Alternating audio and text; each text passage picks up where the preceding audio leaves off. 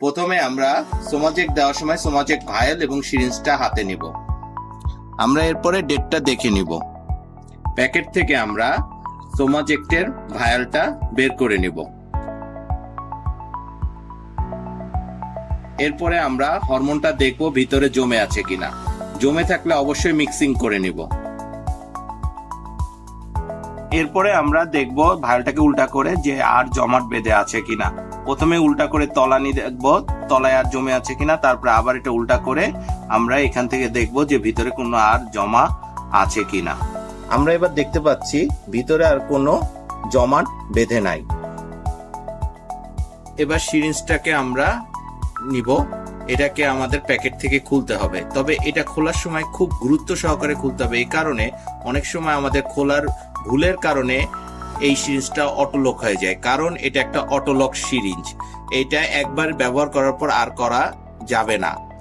এটাকে খোলার সময় দেখা যাবে এখানে ওপেন লেখা একটা চিহ্ন আছে, সেটা দিয়ে আমরা টান দিয়ে খুলবো। অনেকে কি করে পিছন থেকে চাপ দেয়, অনেক সময় এই সিরিঞ্জের প্লাঞ্জার নিজে নিজে পিছে সামনে আগিয়ে যায় এবং এটা নিজে নিজে লক হয়ে যায়, তখন এটা ব্যবহারের অযোগ্য হয়ে যায়। তাই অনেক সময় কমপ্লেন আসে যে সিরিঞ্জের মনে হয় সমস্যা আছে। আসলে তা না, সিরিঞ্জটা খুলতে হবে, যেখানে প্যাকেটে ওপেন লেখা আছে সেটা ধরে একটা টান দিয়ে খুলে ফেলবে। এরপরে আমরা ভায়ালের উপরে যে সিলটা আছে আমরা সিলটা ভেঙে নিব। খোলার পর আমরা সিরিঞ্জটার আমাদের যে নিডল ক্যাপটা আছে এটা ধরে নিচের দিকে হালকা করে চাপ দিব। খেয়াল রাখতে হবে আমরা যেন সিরিঞ্জের বডিতে হাত দিয়ে থাকি, কখনোই প্লাঞ্জারে আমরা হাত দিব না, কারণ এই চাপ লেগে অনেক সময় প্লাঞ্জার অটোলক হয়ে যেতে পারে।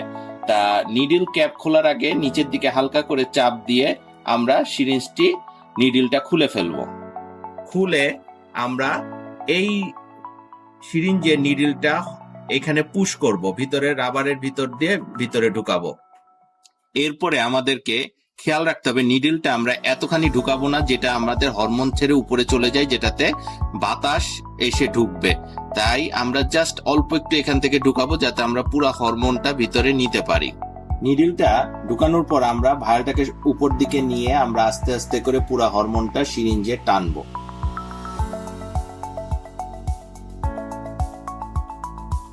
এবং নিডলটার আমরা এমন ভাবে ঢুকাবো যাতে পুরাটা না ঢুকে।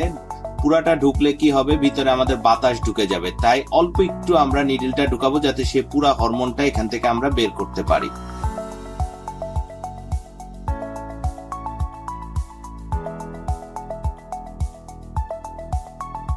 এরপরে এর ভিতরে যে বাতাস ঢুকে গেছে সেটা আমরা এই ভায়ালটার ভিতরে নিডল থাকা অবস্থায় আমরা বের করব, যাতে আমাদের বাতাস বের করার সময় যদি কোনো হরমোন বের হয়ে যায় সেটা ওই ভায়ালের মধ্যেই বের হবে এবং আমরা পরবর্তী সময় ওইখান থেকে আবার আমরা সিরিঞ্জে নিয়ে নিতে পারবো।